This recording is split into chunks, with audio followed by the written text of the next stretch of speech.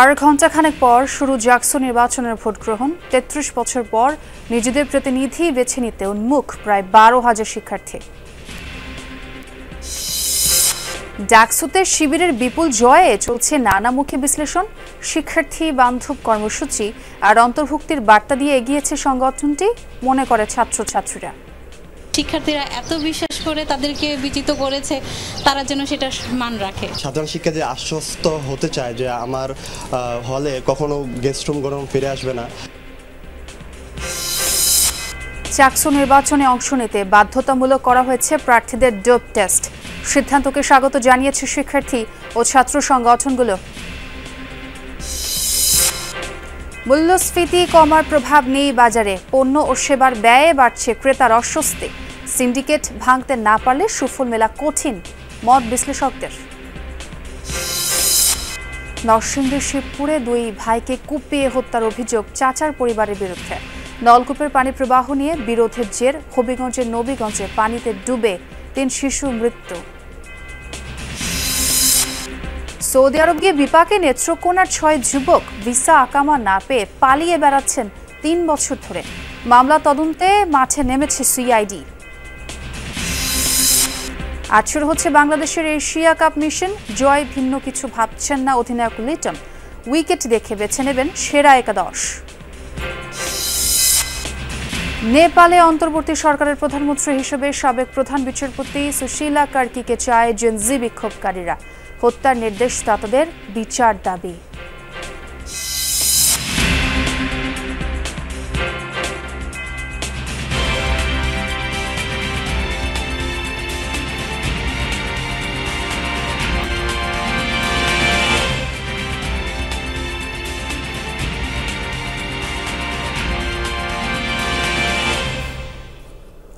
আমন্ত্রণ যমুনা নিউজে, সঙ্গে আছে আমি ছোয়া খন্দকার। আর এতক্ষণ শিরোনাম দেখছিলেন। ৩৩ বছর পর আজ অনুষ্ঠিত হতে যাচ্ছে জাহাঙ্গীরনগর বিশ্ববিদ্যালয় কেন্দ্রীয় শিক্ষার্থী সংসদ জাকসু নির্বাচন। ভোট গ্রহণ শুরু হবে সকাল ৯টায়, চলবে বিকেল ৫টা পর্যন্ত।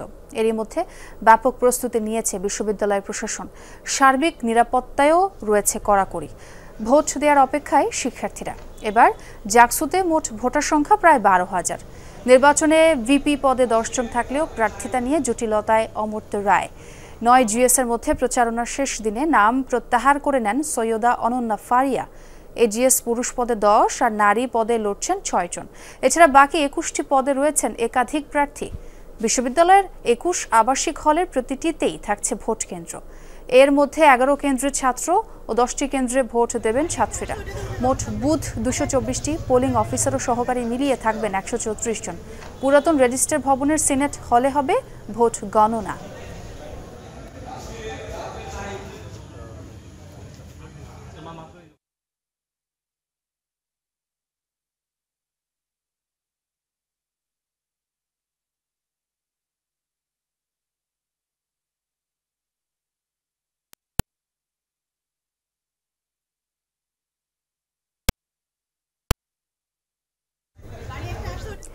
দর্শক, জাকসু নির্বাচনের ভোট গ্রহণের প্রস্তুতি সম্পর্কে জানবো আমার সহকর্মীদের কাছ থেকে। জাহাঙ্গীরনগর বিশ্ববিদ্যালয়ের মীর মোশাররফ হোসেন হল থেকে প্রথমে যোগ দিচ্ছেন আরিফিন শাকিল। আরিফিন, নিশ্চয়ই আমাকে শুনতে পাচ্ছেন। ভোট গ্রহণ শুরু আর ঘণ্টাখানিক পরে, যেমনটি জানাচ্ছিলাম দর্শকদের, সব প্রস্তুতি নিশ্চয়ই এরই মধ্যে সম্পন্ন হয়েছে। এবং যেটি জানতে চাই, শিক্ষার্থীরা কি আসতে শুরু করেছেন কিনা একটু জানাবেন আমাদের। না ছোঁয়া, এখনও শিক্ষার্থী আসতে শুরু করেনি। এখনও ৯টার সময় ভোট গ্রহণ শুরু হবে, কিন্তু প্রস্তুতি এরই মধ্যে সমাপ্ত করা হয়েছে। যদি একটু ছবিতেও আপনাকে দেখাতে চাই, যে এই মীর মোশাররফ হোসেন যে কেন্দ্র, সেই কেন্দ্রে ৪৬৪ জন ভোটার রয়েছেন।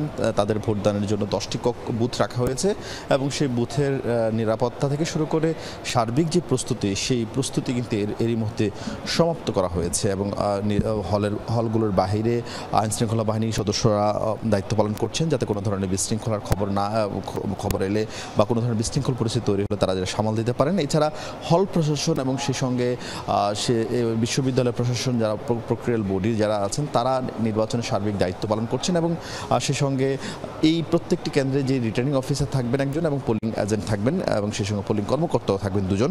তারা এরই মধ্যে তাদের যে প্রস্তুতি সেই প্রস্তুতি শেষ করেছেন এবং এরই মধ্যে আমরা যদ্দূর জানতে পেরেছি যে ব্যালট বক্স নিয়ে আসা হবে কিছুক্ষণের মধ্যে এবং সেটি গণমাধ্যমের উপস্থিতিতে সেটি ওপেন করে দেখানো হবে এবং এরপরই কিন্তু 9টা থেকে ভোট গ্রহণ শুরু হবে। যেহেতু এটি একেবারেই আবাসিক শিক্ষার্থীরা, আপনারা জানেন যে জাহাঙ্গীরনগর বিশ্ববিদ্যালয়ের আবাসিক একটি বিশ্ববিদ্যালয় এবং এখানকার শিক্ষার্থীরা 9টা থেকে বিকাল 5টা পর্যন্ত তারা ভোটদান করতে পারবেন। এবং যদি ছোট্ট করে এই হলে একটু তথ্য জানাতে চাই, এই হলে প্রায় যদি বলি যে এখানে এই হলে প্রায় 28 জন শুধু হল সংসদের প্রার্থী রয়েছেন।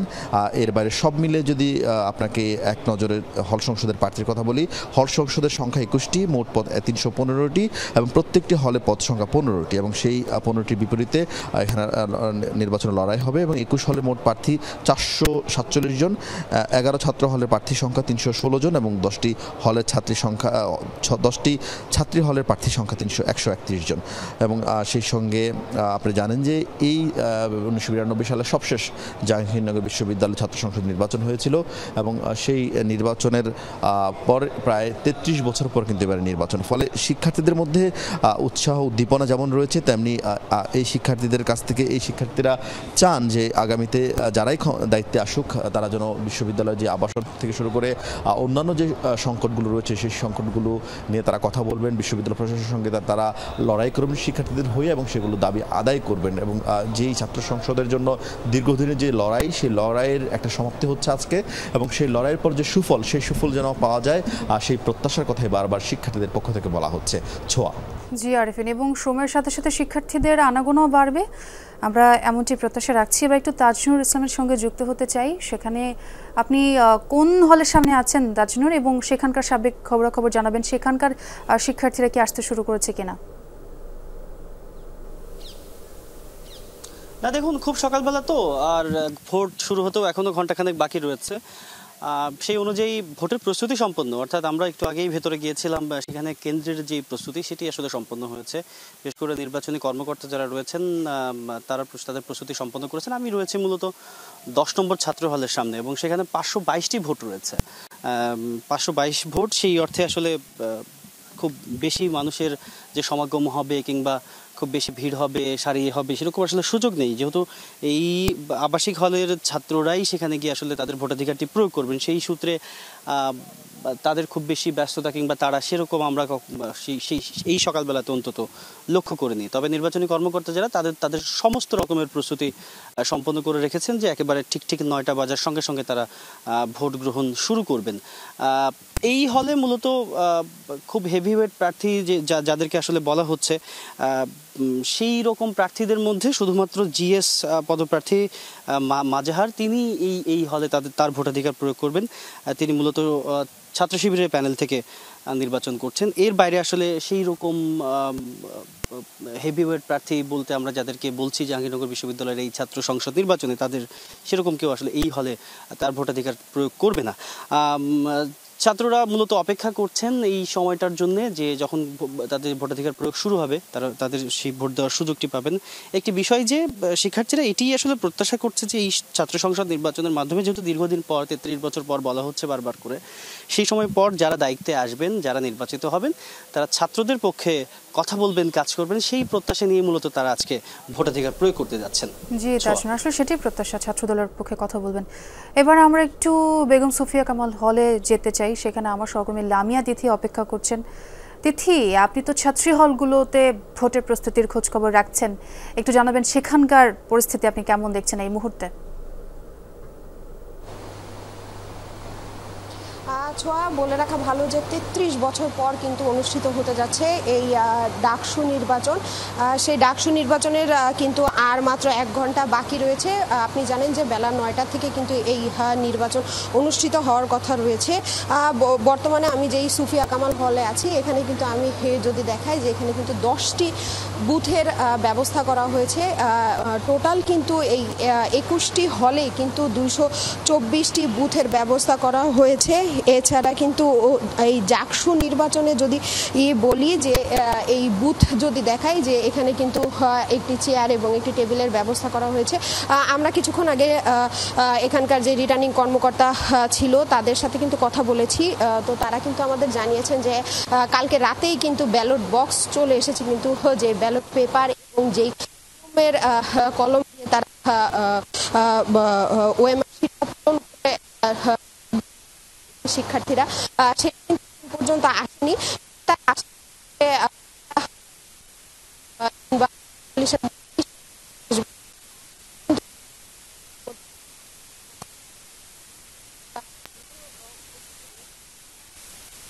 শিক্ষার্থীরা কিন্তু দীর্ঘদিন ধরে দাবি করছিলেন যে টানা বছর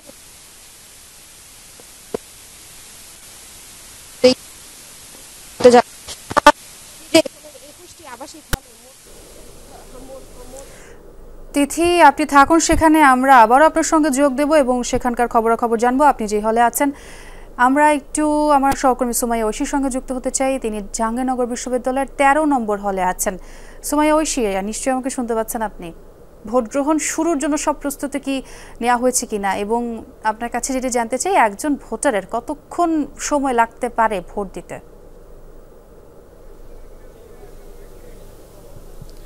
আসলে এখন তো বেশ সকাল এবং যেহেতু এটি একদমই নারী হল, ফলে একদমই আবাসিক নারী হল, ফলে এখানে যারা ভোট দেবেন তারা আসলে রুম থেকে বেরিয়ে ভোট দিয়ে আবার রুমে ফিরে যাবেন। ফলে একদম লাইন যে এখন থেকে শুরু হবে তেমন কোনো সম্ভাবনা নেই, যেহেতু 9টা থেকে ভোট গ্রহণ শুরু, 8টার একটু বেশি বাজে।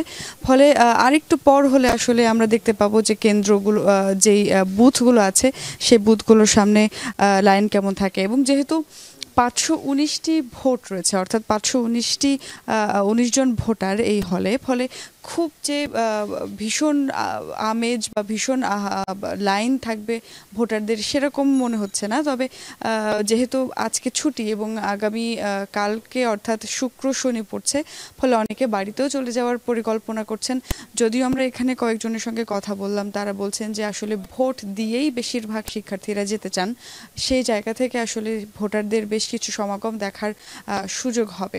এবং আপনি জানেন যে 33 বছর পর এই নির্বাচনটি অনুষ্ঠিত হচ্ছে, ফলে সবার মধ্যে একটা ভীষণ আমেজ, ভীষণ উত্তেজনা কাজ করছে। শেষ 1972 সালে এই নির্বাচনটি হয়েছিল, জাকসু নির্বাচন। ফলে যারা নারী ভোটাররা আছেন তারা কোনোভাবেই এই স্বর্ণক্ষণটা মিস করতে চান না। এই জন্য আমরা জানতে পেরেছি যে তারা অনেকাংশেই ভোট দিয়ে যদি বাড়ি যাওয়ার পরিকল্পনা থাকে বাড়িতে যাবেন। এবং এই হলের যে বুথ, সেই বুথ কিন্তু 10টি বুথ স্থাপন করা হয়েছে, অর্থাৎ 10টি বুথে 519 জন ভোটার ভোট দেবেন। একই সঙ্গে এখানে যারা নারী শিক্ষার্থী আছেন 519 জন। ফলে খুব বেশিক্ষণ যে ভোটের জন্য লাগবে বা 519 জনের 10টি বুথে যে খুব বেশিক্ষণ ধরে সময় ধরে ভোট গ্রহণের প্রক্রিয়া বা এক একজনের অনেক বেশি সময় লাগবে এরকম কিন্তু নয়। একই সঙ্গে আমরা জানতে পেরেছি যে এখানে 12টি ব্যালট বক্স রয়েছে। ফলে খুব সুন্দর এবং সুষ্ঠু পরিবেশে আসলে ভোট গ্রহণের যেই গোটা প্রক্রিয়াটি সেটি সম্পন্ন হবে সেরকমই আশা করা হচ্ছে। একই সঙ্গে আমরা যেহেতু আপনি জানেন যে এটি নারী হল, ফলে খুব সেন্সিটিভ একটা বিষয়, এই জন্য যারা পুরুষ আছেন তাদের পুরুষ যারা প্রভোস্ট হোক বা প্রশাসনিক কর্মকর্তা, আমরা দেখেছি যে নারীদের হলে ঢোকার সময় আসলে ঘন্টা বাজিয়ে ঢোকানো হয় যাতে নারীরা সতর্ক হয়ে যান যে কোনো পুরুষ তাদের হলের দিকে যাচ্ছে না। অর্থাৎ বেশ সেন্সিটিভ একটা বুথ, ফলে নারীরা খুব স্বাচ্ছন্দ্যে এখানে ভোট দিবেন, কোনো রকম নিরাপত্তার আশঙ্কা তো নেই। তবে যারা ভোট দেবেন তারা বলছেন যে তারা যোগ্য প্রার্থীকে ভোট দেবেন। বেশ কয়েকটি স্বপ্ন বা বেশ কয়েকটি চাহিদা রয়েছে কিন্তু যারা ভোটার আছেন তার মধ্যে প্রশাসনিক ব্যবস্থা ডিজিটালাইজেশন করা, আরও প্রশাসনিক যে কিছু জটিলতা আছে সেগুলো নিরসন করা, একই সঙ্গে যে সমস্ত সেশন জটের যে সমস্যাটি আছে সেই সেশন জটের সমস্যাটি নিরসন হওয়া, একই সঙ্গে সব মিলিয়ে আসলে যে সমস্যাগুলো রয়েছে দীর্ঘদিন ধরে চলে আসছে, যেহেতু 33 বছর সিনেটে শিক্ষার্থীদের কোনো প্রতিনিধি নেই, এবার প্রতিনিধি নির্বাচিত হবেন, ফলে সবারই প্রত্যাশা এবং তারা বলছেন যে সর্বোচ্চ যোগ্য প্রার্থীকে তারা নির্বাচিত করতে চান। যেহেতু 33 বছর পর নির্বাচন হচ্ছে, শিক্ষার্থীদের আকাঙ্ক্ষাটাও বেশি। ধন্যবাদ আপনাকে যোগ দেওয়ার জন্য। ঢাকা বিশ্ববিদ্যালয় শিবিরের বিপুল জয় অবিশ্বাস্য না হলেও বিস্ময়কর কি, কেন্দ্রীয় সংসদে 28টি পদের 23টিতেই জয় পেয়েছে তাদের প্যানেল। বহু বছর সম্মুখ রাজনীতিতে অংশ নিতে না পারা সংগঠনটি কিভাবে পেল এত বড় বিজয়? গভীর বিশ্লেষণের বাইরে গিয়ে শিক্ষার্থীরা বলছেন, মনোভাব বুঝিয়ে দেয়া কর্মসূচি এগিয়ে রেখেছিল শিবিরকে। গত 1 বছরে তারা বিনিয়োগও করেছে প্রচুর। ঢাকা বিশ্ববিদ্যালয়ের বয়স 104 বছর। 100 বছরের ইতিহাসে এবারই প্রথম ভিপি নির্বাচিত হলেন ইসলামী ছাত্র শিবিরের কোনো নেতা। শুধু ভিপি নয়, জিএস, এজিএস সহ কেন্দ্রীয় সংসদের 23 পদেই ভোটের হিসাবে তাক লাগিয়েছেন তাদের প্যানেলের প্রার্থীরা। অভূতপূর্ব এ জয়ের কারণ কি?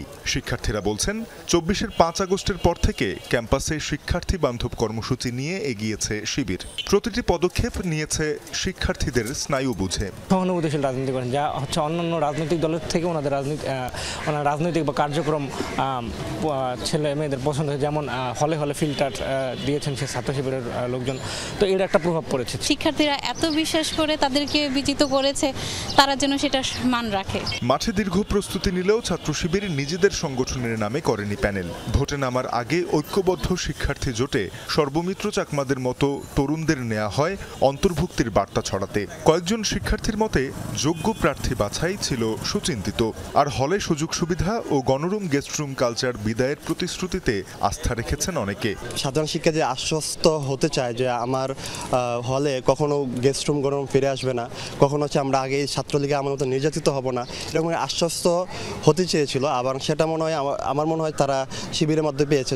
ডাকসুর জন্য এরা ক্যাম্পাসে অনেক ইনভেস্ট করেছে, আসলে ইনভেস্ট করেছে সব দিক দিয়ে, টাকা পয়সার দিক দিয়ে, আর্থিক দিক দিয়ে, মেধার দিক দিয়ে, সব দিক দিয়ে।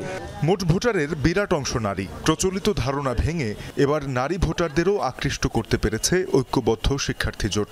বাড়তি সমর্থন এনেছে নারীদের আবাসন সংকট ও ক্যাম্পাসের নিরাপত্তা ইস্যু। প্রথম ইশতেহার ছিল মেয়েদের নিরাপত্তা এবং মেয়েদের হলে থাকার যে সুষ্ঠু প্রতিবন্ধকতা যে এড়িয়ে চলবে। ছাত্রীদের হলে যে অব্যবস্থাপনাগুলো এবং ছাত্রীদের হলে যে হাউস টিউটর ম্যাম বা যেভাবে হচ্ছে অসহযোগিতা করা হয়, এসব বিষয়ে তারা হচ্ছে পদক্ষেপ নেবেন। নির্বাচিত ছাত্র সংসদ প্রতিনিধিদের প্রতিশ্রুতি নতুন গণতান্ত্রিক চর্চা। বিজয়ীরা বলছেন, শিক্ষার্থীদের দেয়া দায়িত্ব তাদের কাছে আমানত। শৃঙ্খলা ধরে এগোবেন ইশতেহার বাস্তবায়ন পর্যন্ত। তানজিম শাফিন, যমুনা নিউজ, ঢাকা। চট্টগ্রাম বিশ্ববিদ্যালয় কেন্দ্রীয় ছাত্র সংসদ চাকসু নির্বাচনে অংশ নিতে প্রার্থীদের ডোপ টেস্ট বাধ্যতামূলক করেছে কর্তৃপক্ষ। শিক্ষক নিয়োগ ও হলে আসন বরাদ্দের ক্ষেত্রেও রয়েছে এই নিয়ম। প্রার্থীদের ডোপ টেস্টের নিয়মকে স্বাগত জানিয়েছে সাধারণ শিক্ষার্থী ও রাজনৈতিক ছাত্র সংগঠনগুলো। তবে প্রার্থীদের যেন বিব্রত হতে না হয় সে কারণে ফলাফল গোপন রাখা হবে বলছে নির্বাচন কমিশন। দীর্ঘ ৩৫ বছর পর আগামী ১২ অক্টোবর অনুষ্ঠিত হতে যাচ্ছে চাকসু নির্বাচন। তবে এবার প্রত্যেক প্রার্থীকে মুখোমুখি হতে হবে কঠিন পরীক্ষার। ডোপ টেস্ট বাধ্যতামূলক করেছে নির্বাচন কমিশন।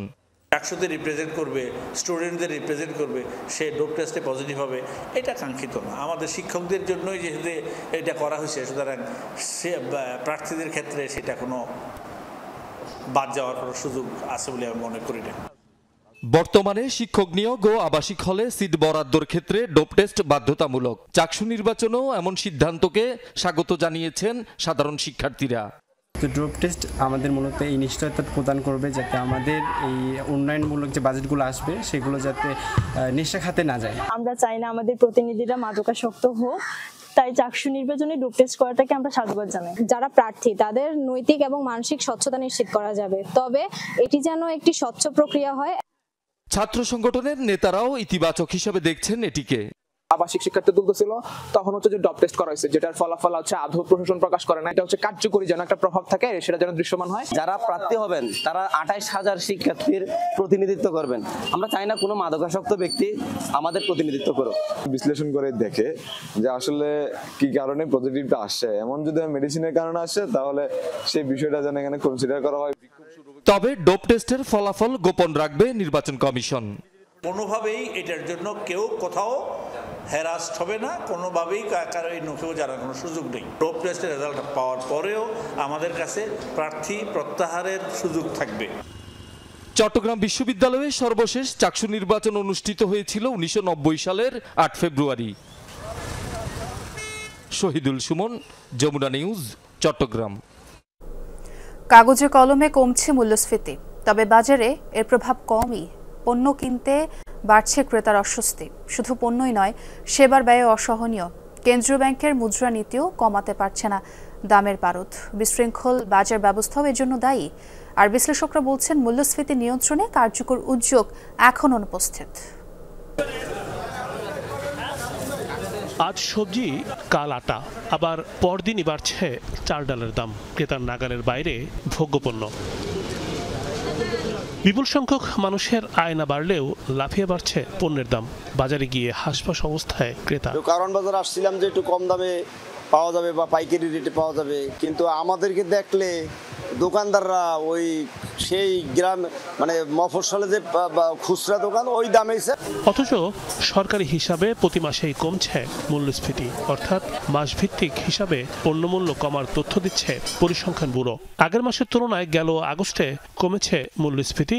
সাধারণ, খাদ্য এবং খাদ্য বহির্ভূত এই 3 ক্ষেত্রে এসেছে স্বস্তিদায়ক খবর। প্রশ্ন হচ্ছে, মূল্যস্ফীতি কমলেও কেন স্বস্তি পাচ্ছে না ভোক্তা? মূল্য বৃদ্ধির হারটা কমেছে, মূল্য কমে নাই। যেই ডেটার ভিত্তিতে আপনি বলবেন যে না এখন আর ইনফ্লেশনের চাপ নিয়ে দুশ্চিন্তার কোনো কারণ নাই, ডেটা কিন্তু তা বলছে না। ডেটা বলছে শুধুমাত্র এই যে এই জুনে আগের জুনের তুলনায় যে হারটা, গত মেতে তার আগের মেয়ের তুলনায় যে হারটা ছিল তার তুলনায় এটা কম। কাজে মূল্য বৃদ্ধির হারটা কমেছে, কিন্তু মূল্য এখনো 8.5% আগের তুলনায় বেশি। মূল্যস্ফীতি নিয়ন্ত্রণের সংকোচনমুখী মুদ্রানীতি দিয়েছে কেন্দ্রীয় ব্যাংক। বাজারে কমেছে অর্থের প্রবাহ, কিন্তু শুধু মুদ্রানীতি দিয়েই কি বাজার নিয়ন্ত্রণ সম্ভব? আগে সরকারের সময় যে ধরনের সমস্যা ছিল বাজার ব্যবস্থাপনার ক্ষেত্রে, বাজার বহির্ভূত যে কারণগুলো, সাপ্লাই চেনগুলোতে সুশাসন আনা বা ট্র্যাক করা, ট্রেস করা, ডিজিটালাইজ করা, মনিটর করা, সেই জায়গাগুলো আসলে এই সরকার তেমন একটা সফলতা সেখানে দেখাতে পারে নাই। বাজারে নিয়ন্ত্রক এখনো গুটি কয়েক আমদানিকারক।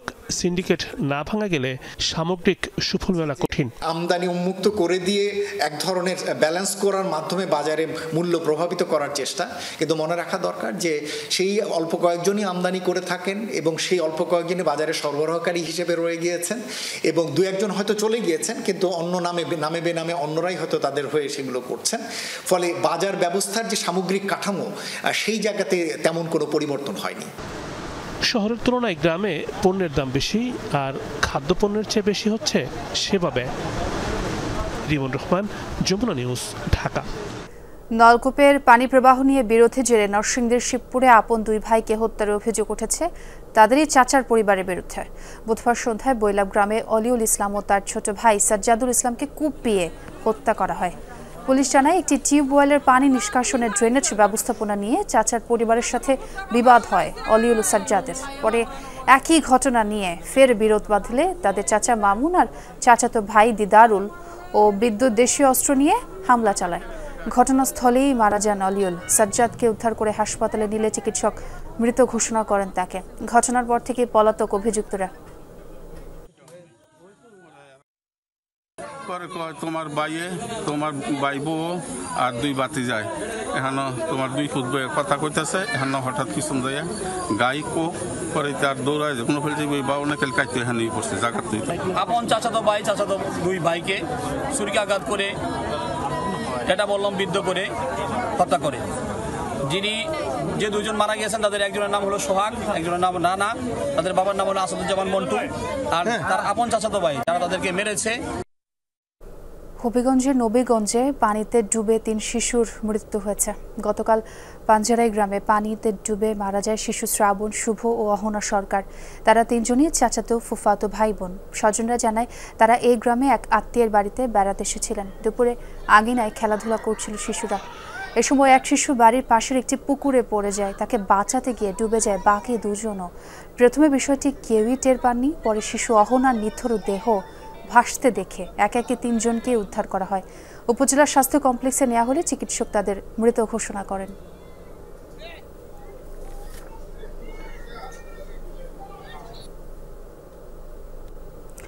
সৌদি আরব গিয়ে 3 বছর ধরে পালিয়ে বেড়াচ্ছেন নেত্রকোনার 6 যুবক। সৌদি পৌঁছালেও কাজের সন্ধান পাননি তারা।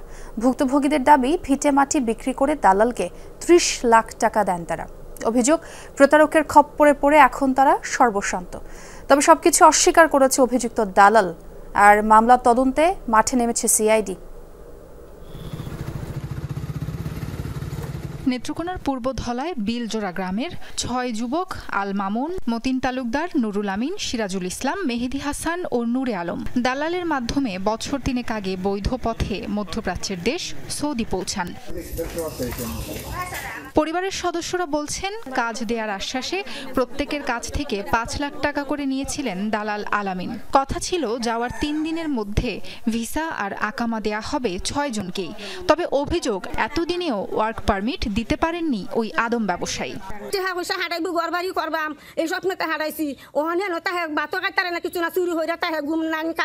বলছে 5 লক্ষ টাকা দিয়ে দিছি, পরে কইছে ওখানে যায় আর 2 দিন কি 3 দিন বসে থাকার পরেই তাদেরকে কাজ দেওয়া হইব। কাজ দেওয়া হইলে 1 থেকে 2 মাসের ভিতরে 2 বছরে আকামা লাগাই দেওয়া হইব। ভুক্তভোগীরা বলছেন, আকামা না থাকায় 3 বছর ধরে সেদেশে পালিয়ে বেড়াচ্ছেন 6 যুবক। ঘটনা জানাজানি হলে মীমাংসা না করে উল্টো প্রাণনাশের হুমকি দিয়েছে ওই দালাল। আইনের আশ্রয় নিলে পাল্টা মামলা দিয়ে হয়রানির অভিযোগও উঠেছে তার বিরুদ্ধে। আমি বাড়ির থেকে ঋণ করে টাকা পাঠাই, এটা আলামিন দালালের কাছে যাইলে হে আমাদের হুমকি দেয়। একটা মিথ্যা মামলাও দিছে আমাদের। বলতেছে যে সৌদিতে মামলা করে দিব, আমার বাসুরের নাকি 10 বছরের জেল হয়ে যাবে। তার মাধ্যমে যতগুলা লোক গেছে 6-7 জন, 3 জন আমার পরিচিত, আমার বাড়ির সাথের বাড়ি। তারা এনে গিয়া আমার যে কষ্ট এর চেয়ে বেশি কষ্ট হেরা করছে। যদিও পুরো বিষয়টি অস্বীকার করছেন অভিযুক্ত আল আমিন। তার দাবি, অন্যদের সহযোগিতা করে এখন তিনি নিজেই বিপাকে। এটা করে অনার্থক হয়রানি আমার, যেটার বিষয়ে আমি কিছু না জানি। আজকে আমার এরা এইভাবে লজ্জিত, এইভাবে আমার হাসাইতেছে। আমার যে অফিসের মধ্যে টুকটাক কাজ করি, আমি বিদেশ গেছি, আমার বাইনসারি বিদেশ গেছি, আমি অতটুকু চিনি। তাই বলে যে ওরা বলতেছে 30 লক্ষ টাকা দিছে আমারে, এই করছে সেই করছে, তো ওরা ওদেরকে প্রশ্ন করেন। আদালত প্রতারণার মামলা তদন্তের ভার দিয়েছে সিআইডিকে। সাক্ষ্য প্রমাণ পূর্ণাঙ্গ না হওয়া পর্যন্ত এখনো সত্যতার এখনো মতামত দেওয়া যাচ্ছে না। ইমিগ্রেশনের কিছু কাগজপত্র বাকি আছে, এগুলো পাওয়ার পরে আমি তদন্ত প্রতিবেদন দাখিল করব। দালালের শাস্তি সহ ক্ষতিপূরণ আদায় এবং প্রবাসে পলাতক 6 যুবককে ফেরত চান স্বজনরা। সাবরিনা লিজা, যমুনা নিউজ। নাটোরে অতিরিক্ত অটোরিকশা যেখানে সেখানে যাত্রী ওঠানো নামানো এবং বিশৃঙ্খল চলাচলের কারণে যানবাহনটি এখন শহরবাসীর ভোগান্তির অন্যতম কারণ। জেলা শহরের ব্যস্ততম মাদ্রাসা মোড়, ছায়াবানী মোড় ও স্টেশন বাজার এলাকায় সবসময়ই লেগে থাকে যানজট। পরিকল্পিত উদ্যোগে যানজট সমস্যা দ্রুত সমাধান চায় নাটোরবাসী। নাটোরে সড়ক মহাসড়কের ভোগান্তি নিয়ে নাজমুল হাসানের 3 পর্বের ধারাবাহিকের দ্বিতীয়টি দেখুন আজ। নাটোর শহরের ছায়াবানী মোড়ের প্রতিদিনের চিত্র এটি। যানজটে সীমাহীন দুর্ভোগ চলাচলকারীদের। একই দৃশ্যের দেখা মেলে মাদ্রাসা মোড়, স্টেশন বাজারেও। ট্রাফিক পুলিশের তথ্য বলছে, পৌর এলাকায় চলাচল করছে 5 থেকে 6 হাজার অটোরিকশা ও ইজি বাইক। এর মধ্যে পৌরসভায় লাইসেন্সকৃত বাহনের সংখ্যা মাত্র 300টি। আবেদন বিবেচনাধীন আরও 800-র মতো।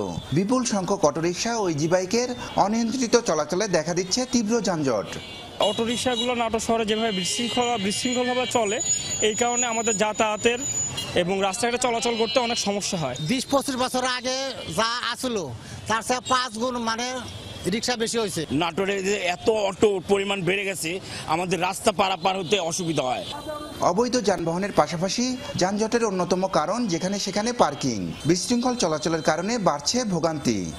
রাস্তার ডিসিপ্লিন ঠিক না থাকার কারণে বাচ্চা নিয়ে যখন এ পাশে ও পাশের স্কুলে নিয়ে যায় তখন আমরা দেখা যাচ্ছে রাস্তা পার হতে গেলে 5 মিনিট 7 মিনিট আমাদেরকে দাঁড়িয়েই থাকতে হচ্ছে। হঠাৎ করে সামনে দেওয়া যায়, ডানে দিলে পাওয়া যায়, আমাদের জীবন হাতে নিয়ে চলতে হয়। অটোওয়ালা যেখানে সেখানে অটো পার্কিং এবং যেখানে সেখানে যাত্রী নামানো এবং উঠানোর জন্য এই যানজটের সৃষ্টি হয়েছে। যান চলাচলে শৃঙ্খলা ফেরাতে অটোরিকশা ইজি বাইক নিবন্ধনের আওতায় আনা সহ বেশ কিছু পদক্ষেপের কথা বলছেন সংশ্লিষ্টরা। এই বিষয়টি উপলব্ধি করে সম্মানিত পৌর প্রশাসক এই গাড়িগুলোকে, এই অটো রিক্সা বা ইজি বাইকগুলোকে নিবন্ধনের আওতায় এনেছেন এবং খুব শীঘ্রই এই নাটোরের যে কটি রাস্তা রয়েছে এগুলোকে ওয়ান ওয়ে করে জনদুর্ভোগ আমরা কমাতে পারবো বলে বিশ্বাস করি। নাটোর শহরের ট্রাফিক ও যানজট নিরসনে জেলা পুলিশের পক্ষ থেকে বেশ কিছু কার্যক্রম আমরা পরিকল্পনার মধ্যে রেখেছি। সেটার মধ্যে অন্যতম হচ্ছে আমরা এই যে অটো যেসব ধারণ ক্ষমতার অতিরিক্ত অটো যে নাটোর শহরে আছে সেটার জন্য আমরা অন্যান্য সংস্থার সাথে সমন্বয়ের চেষ্টা করছি। 2018 সালে 58 কোটি 33 লাখ টাকা ব্যয়ে শহরের 6 কিলোমিটার সড়ক প্রশস্তকরণ, ডিভাইডার ও ড্রেন নির্মাণ করা হয়, কিন্তু সঠিক পরিকল্পনার অভাবে কোটি টাকা ব্যয়ে প্রকল্পটির সুফল মেলেনি আজও। তাই সঠিক পরিকল্পনার মাধ্যমে সমন্বিত উদ্যোগে যানজট নিরসনের দাবি জানিয়েছেন শহরবাসী। নাজমুল হাসান, যমুনা নিউজ, নাটোর। দর্শক, আবারও আপনাদের জাকসু নির্বাচনের খবরাখবর জানাতে চাই আমার সহকর্মীদের মাধ্যমে। রবীন্দ্রনাথ ঠাকুর হল থেকে প্রথমে যোগ দিচ্ছেন সহকর্মী রাসেল আহমেদ। রাসেল, ভোট গ্রহণের সময় তো একদম কাছাকাছি, খুব একটা সময় বাকি নেই। শিক্ষার্থীরা কি জড়ো হতে শুরু করেছেন কিনা, কি দেখছেন পরিবেশটা?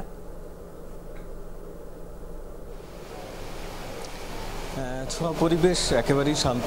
ভোট গ্রহণের আগে যেমনটা থাকে আসলে শেষ সময়ের যে প্রস্তুতি সেটি হয়ে গেছে অনেকটাই। এখন কেবল দেখভালের দায়িত্বে যারা থাকেন তারা আছেন বা কোনো যারা প্রার্থী হলের। আর এই ক্ষেত্রে আসলে যেটি আপনি বলছেন যে শিক্ষার্থীরা আসছে কিনা, এই জাকসু নির্বাচনের যেটি ভিন্নতা রয়েছে আসলে এইখানে প্রত্যেকটি হলেরই কেন্দ্র রয়েছে আলাদা আলাদা, ফলে বাইরে থেকে শিক্ষার্থীদেরকে আসতে হবে না। এই হলের যারা শিক্ষার্থী তারাই উপরে এসে ভোট দিবেন।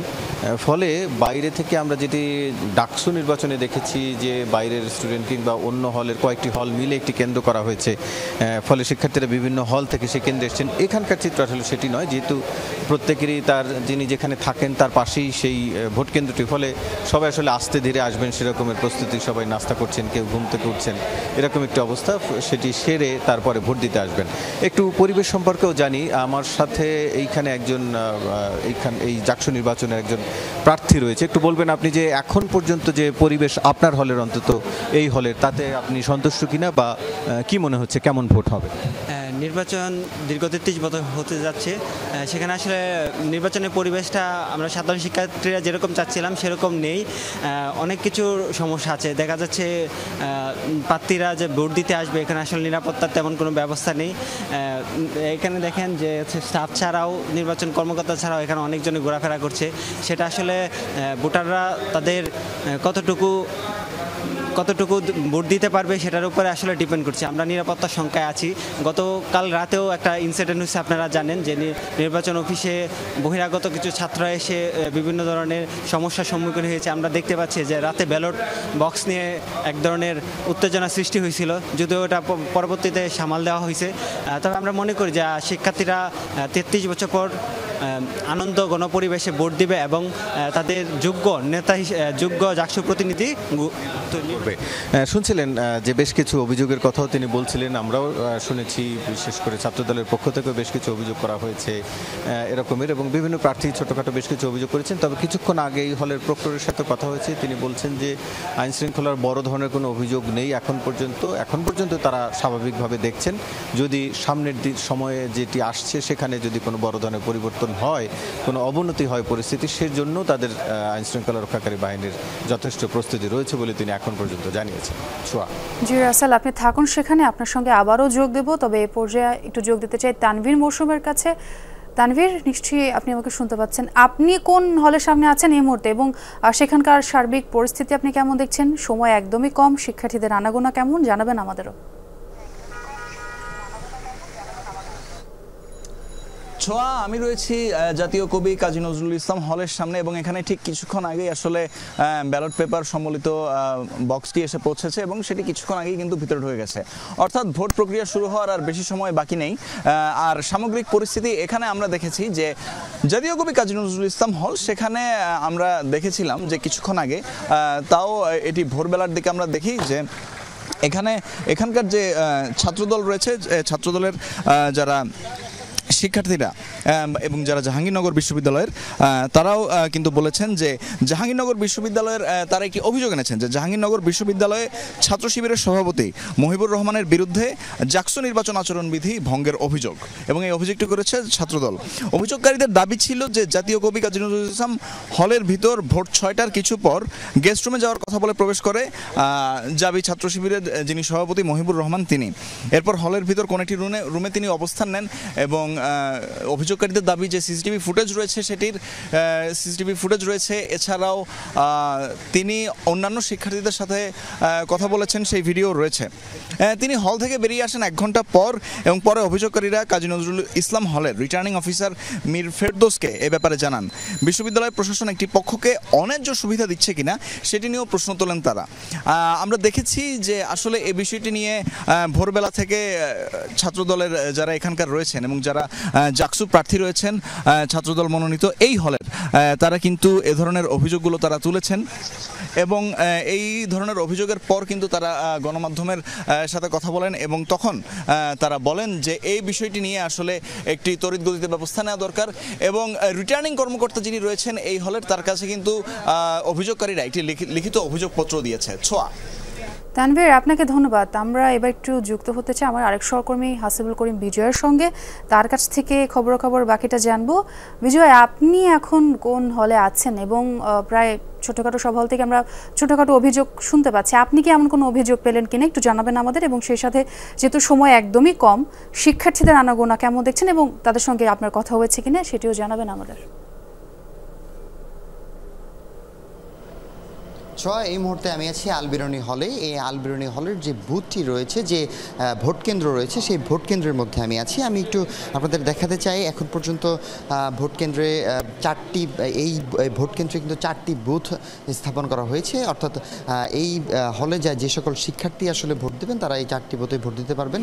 এবং আমাদের রিটার্নিং অফিসারের সাথে কথা হয়েছে, তিনি যেমনটি বলেছেন যে তাদের কাছে সকল ধরনের প্রস্তুতি তারা নিয়ে ফেলেছেন এবং বিভিন্ন দলের যারা এজেন্ট রয়েছে সেই এজেন্টগুলো কিন্তু এখানে আসার পরে তারা সেই ব্যালটগুলো খুলবে এবং সিলগালা করবে। অর্থাৎ আর যদি আমি একটু জানিয়ে রাখতে চাই যে এই হলে এখন পর্যন্ত কোনো ধরনের কোনো ভোটারদের আনাগোনা নেই, কারণ আপনাকে একটু জানিয়ে রাখতে চাই যেহেতু এই হলের এই বিশ্ববিদ্যালয়ের বেশিরভাগ শিক্ষার্থী হলে থাকেন, সুতরাং সবাইকেই আসলেই তাদেরকে কিন্তু এখানে আসতে খুব একটা বেশি বেগ পোহাতে হবে না, তারা খুব কাছাকাছি আসলে আছেন, ভোট দিতে পারবেন। এবং এখন পর্যন্ত অভিযোগের কথা যেটি বলছিলেন, আমার এই আলবিরনি হলে কিন্তু এখন পর্যন্ত কোনো ধরনের কোনো অভিযোগ নেই। তো সব কিছু মিলে এখন পর্যন্ত এই হলের সার্বিক পরিস্থিতি শান্তই রয়েছে বলা চলে এবং শুনশান বলা চলে। তবে আর যেহেতু বেশ কিছুক্ষণ সময় বাকি আছে, তো 9টা থেকে কিন্তু ভোট গ্রহণ শুরু হবে। তারা আসলে আমি পরবর্তী তথ্য আপনাকে জানাতে পারবো। আপনি থাকুন সেখানে এবং ঠিক সময় ভোট শুরু হবে সেই খবরও আপনি জানাবেন। ধন্যবাদ আপনাকে। বাগেরহাটে 4টি সংসদীয় আসন বহালের দাবিতে টানা 48 ঘণ্টা হরতালের দ্বিতীয় দিনেও বিভিন্ন মহাসড়কে বিক্ষোভ করছে সর্বদলীয় সম্মিলিত কমিটি। সকাল থেকে খুলনা ঢাকা, খুলনা বরিশাল সহ বিভিন্ন মহাসড়ক অবরোধ করে রেখেছেন হরতাল সমর্থকরা। বন্ধ দূরপাল্লা অভ্যন্তরীণ রুটের বাস চলাচল। এতে বাগেরহাট হয়ে অন্তত 21 জেলার যান চলাচল বন্ধ রয়েছে। আর ভোগান্তিতে অফিসগামী মানুষ বিকল্প উপায়ে গন্তব্যে পৌঁছাতে গুনতে হচ্ছে বাড়তি ভাড়া। আন্দোলনকারীরা বলছে নির্বাচন কমিশন বাগেরহাটের একটি সংসদীয় আসন কমিয়ে জনগণের আশা আকাঙ্ক্ষাকে উপেক্ষা করেছে। জেলার জনসংখ্যা, মোগলা বন্দর, ইপিজেড ও শিল্পাঞ্চল সহ বিভিন্ন গুরুত্ব বিবেচনায় 4টি আসন বহাল রাখার দাবি জানান তারা।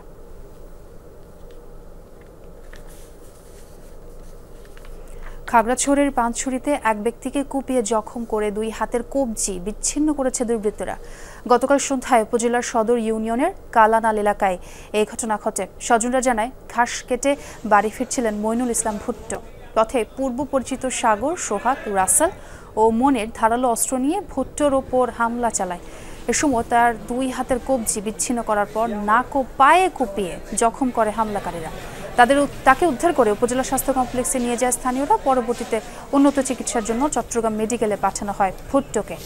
এদিকে হামলার কারণ সম্পর্কে নিশ্চিত করতে পারেনি পুলিশ, তবে ভুট্টোর বিরুদ্ধে অস্ত্রসহ বিভিন্ন অপরাধের অভিযোগে 12টি মামলা রয়েছে বলে জানিয়েছে পুলিশ। এদিকে খাগড়াছড়িতে ট্রাকের সঙ্গে সংঘর্ষে মোটরসাইকেল চালক সহ 2 যুবক নিহত হয়েছেন। গতরাতে শহরের চেঙ্গি ব্রিজ এলাকায় এই দুর্ঘটনা হয়। পুলিশের প্রত্যক্ষদর্শীরা জানায় অন্ধকার সড়কে একটি টমটমকে ওভারটেক করছিল মোটরসাইকেলে থাকা পবন খিসা ও সৃজন চাকমা। এ সময় চট্টগ্রাম গ্রামে একটি ট্রাকের সাথে মুখোমুখি সংঘর্ষ হয় তাদের। সড়কে ছিটকে পড়েন 2 জন। উদ্ধার করে জেলা সদর হাসপাতালে নিয়ে গেলে প্রথমে একজনকে মৃত ঘোষণা করেন চিকিৎসক। অপরজনের অবস্থা গুরুতর হওয়ায় চট্টগ্রাম মেডিকেল কলেজ হাসপাতালে পাঠানোর পথে তারও মৃত্যু হয়। এদিকে দুর্ঘটনার পর পালিয়ে যায় ট্রাক চালক ও হেল্পার। আজ শুরু হচ্ছে বাংলাদেশের এশিয়া কাপ মিশন। ম্যাচের আগে জয় ছাড়া অন্য কিছু ভাবছেন না বাংলাদেশ অধিনায়ক লিটন দাস।